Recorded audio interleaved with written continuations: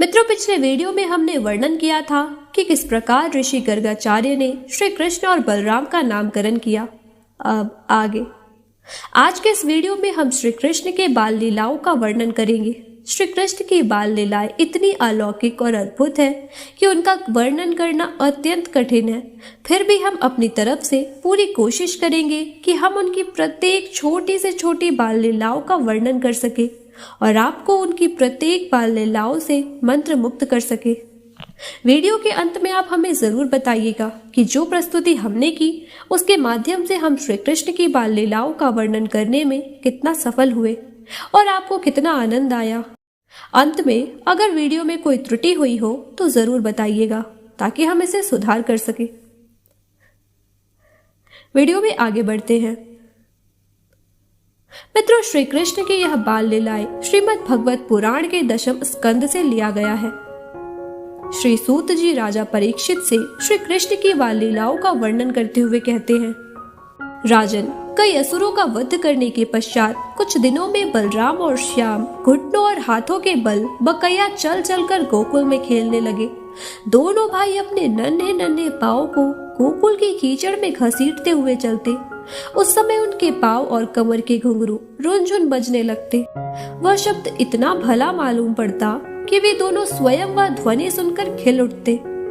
कभी कभी वह रास्ते चलते किसी अज्ञात व्यक्ति के पीछे हो लेते। फिर जब देखते कि यह कोई और दूसरा आदमी है तो वह झक से रह जाते और डर कर अपनी माता रोहिणी और यशोदा जी के पास लौट आते। माता यह सब देखकर स्नेह से भर जाती। जब उनके दोनों नन्हे नन्हे से शिशु अपने शरीर में कीचड़ का अंगराग लगाकर लौटते तब उनके बदन की सुंदरता और भी बढ़ जाती थी। माताएं उन्हें आते ही दोनों हाथों से गोद में लेकर हृदय से लगा लेती थी और स्तनपान कराने लगती।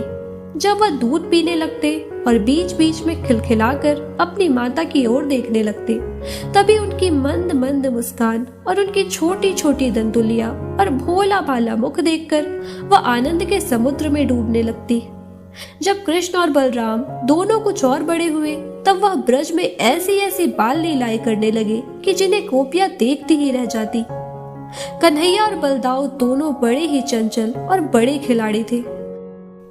वह कभी हरिण तो कभी गाय आदि सींग वाले पशुओं के पास दौड़ जाते तो कहीं धधकते हुए आग से खेलने के लिए कूद पड़ते।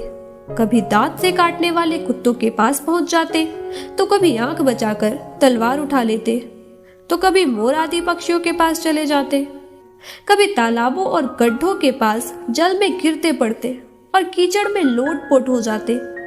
उनकी ऐसी स्थिति देख दोनों माताएं उन्हें खूब बरसती, परंतु दोनों के प्यारे प्यारे मुखमंडल को देख उन्हें डांट भी ना पाती। एक दिन तो उन्होंने हद ही कर दी। एक घर के आंगन में बैठे एक बछड़े के पूंछ को ही पकड़ लिया और बछड़े भी डर कर इधर उधर भागने लगे। तब वे दोनों बछड़े की पूंछ को और जोर से पकड़ लेते, जिससे बछड़े उन्हें इधर उधर घसीटते हुए उन्हें पटकते हुए दौड़ने लगते। श्री कृष्ण और बलराम के इन शरारतों के बावजूद भी अंत में वह बछड़े श्री कृष्ण और बलराम के गले लगकर उनका बड़ा प्रेम पाते और गोपियां भी अपने घर का काम धंधा छोड़कर यही सब देखते रहती और हंसते हंसते लोट पोट होकर परम आनंद में मगन हो जाती।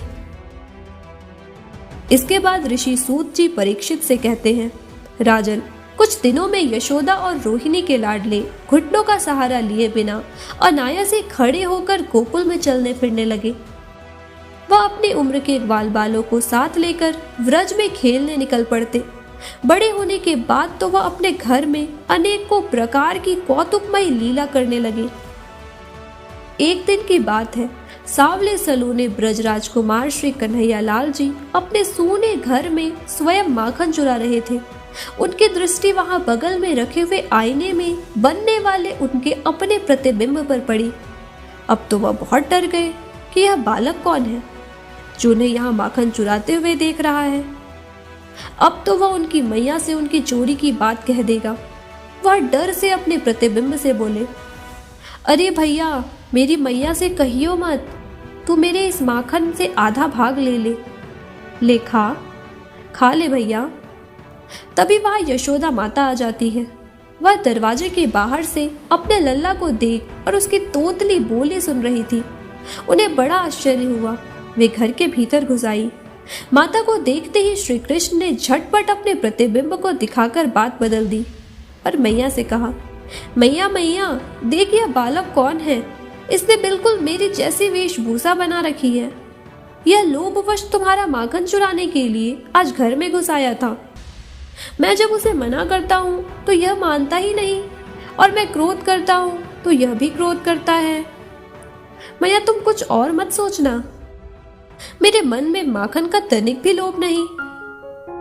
अपने दुधमुहे शिशु की प्रतिभा देखकर मैया वात्सल्य स्नेह के आनंद में मगन हो गई।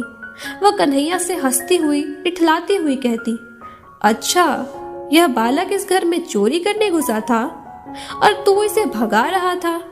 अरे अरे अरे मेरे लाला, तू तो बड़ा भोला भाला है रे, बड़ा बहादुर है। तू तो कभी चोरी कर ही नहीं सकता। कोई बात नहीं लल्ला, मैं इसे भगा दूंगी, तू चिंता मत कर। यह कहकर यशोदा अपने लल्ला को अपने गोद में उठा लेती है और मन ही मन उनकी इन लीलाओं पर मुस्कुराने लगती है और आनंदित होने लगती है। मित्रों, यूं तो श्री कृष्ण की बाल लीलाओं के कई प्रसंग हैं, जिनका कितना भी वर्णन करो वह कभी खत्म नहीं होगा और हमेशा हमें आनंदित ही करता रहेगा। लेकिन हम उनके मुख्य मुख्य बाल लीला प्रसंगों के बारे में अपने वीडियो में उल्लेख करेंगे। लेकिन मित्रों, आज के लिए बस इतना ही। वीडियो अधिक लंबा ना हो, इसलिए उनकी बाल लीलाओं के अन्य प्रसंगों की व्याख्या हम अपने अगले वीडियो में करेंगे। तब तक के लिए अपना ख्याल रखें।